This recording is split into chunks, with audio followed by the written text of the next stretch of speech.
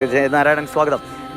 ഇന്നത്തെ ദിവസം ഏറ്റവും പ്രധാനപ്പെട്ടതാണ്. അതിൽ ഏറ്റവും പ്രധാനം പ്രാണപ്രതിഷ്ഠ എന്ന ചടങ്ങ് തന്നെയാണ്. പലപ്പോഴും നമ്മുടെ ദക്ഷിണ ഭാരതത്തിൽ അവലംബിക്കുന്ന താന്ത്രിക വിദ്യകളിൽ നിന്ന് വളരെ വ്യത്യസ്തമായ രീതിയിലാണ് ഉത്തര ഭാരതത്തിലെ ക്ഷേത്രങ്ങളിലെ പൂജാവിധികളൊക്കെ അങ്ങേക്കറിയാം. എങ്ങനെയാണ് പ്രാണപ്രതിഷ്ഠ നമ്മുടെ ഇവിടുത്തെ പ്രതിഷ്ഠാ കർമ്മങ്ങളിൽ നിന്ന് വ്യത്യസ്തമാകുന്നത്? എന്താണ് അതിൻ്റെ ഈ അഭിജിത് മുഹൂർത്തമടക്കമുള്ള പ്രത്യേകതകൾ?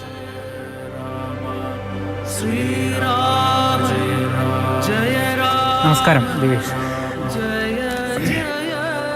തന്ത്രശാസ്ത്രത്തിലെ ഏറ്റവും സങ്കീർണമായിട്ടുള്ള ഒരു ദേവതാ ചൈതന്യത്തെ ആ ഒരു പൂർണ്ണതയിലെത്തിക്കുന്ന ഒരു ചടങ്ങാണ് പ്രാണപ്രതിഷ്ഠ എന്ന് പറയുന്നത്.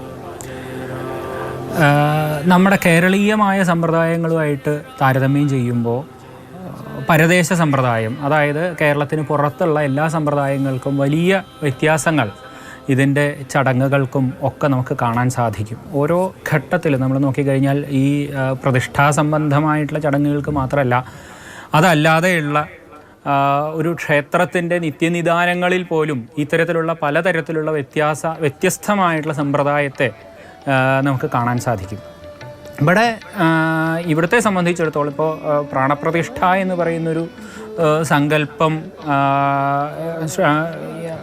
അയോധ്യയുമായിട്ട് ബന്ധപ്പെട്ടിട്ട് നമ്മൾ വളരെ വിപുലമായിട്ട് ചർച്ച ചെയ്ത് തുടങ്ങുന്ന ഘട്ടത്തിലാണ് ഈ പ്രാണപ്രതിഷ്ഠ എന്ന് പറയുന്നൊരു വാക്ക് ഏറ്റവും കൂടുതൽ ചർച്ച ചെയ്തതെന്ന് തോന്നുന്നു. സാധാരണയായിട്ട് എല്ലാ ക്ഷേത്രങ്ങളിലും ഒരു പ്രതിഷ്ഠാവിധാനത്തിൻ്റെ അടിസ്ഥാനം എന്ന് പറയുന്നത് ഈ ചടങ്ങ് തന്നെയാണ്.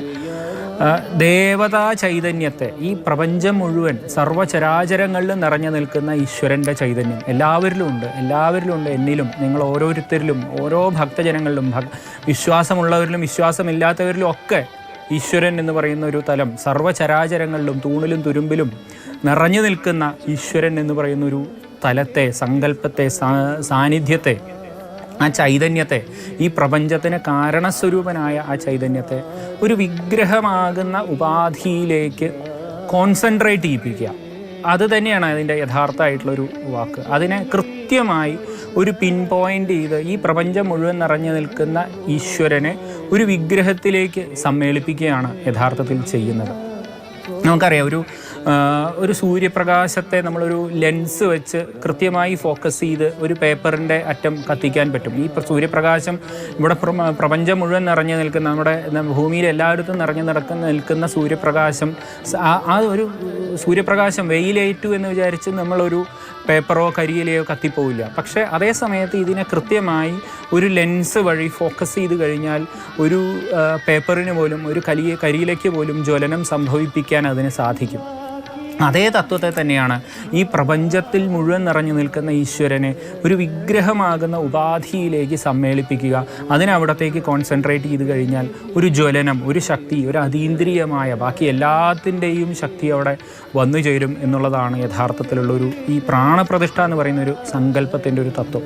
ഇത് ക്രിയാപരമായി ഓരോ ദേശകാലങ്ങൾക്കനുസരിച്ച് പ്രാദേശികമായിട്ട് എല്ലാ സ്ഥലത്തും, നമുക്ക് കേരളത്തിലെ ഒരു സമ്പ്രദായത്തിലായിക്കൊള്ളണം എന്നില്ല പരദേശ സമ്പ്രദായത്തിൽ ഉണ്ടാകുന്ന ചടങ്ങുകൾ ഉണ്ടാവുക. അവിടങ്ങളിലൊക്കെ ഉപയോഗിക്കുന്ന ഗ്രന്ഥങ്ങളും നമുക്ക് അതിൻ്റെ കുറച്ചുകൂടി വിശദാംശങ്ങളിലേക്ക് വരാം.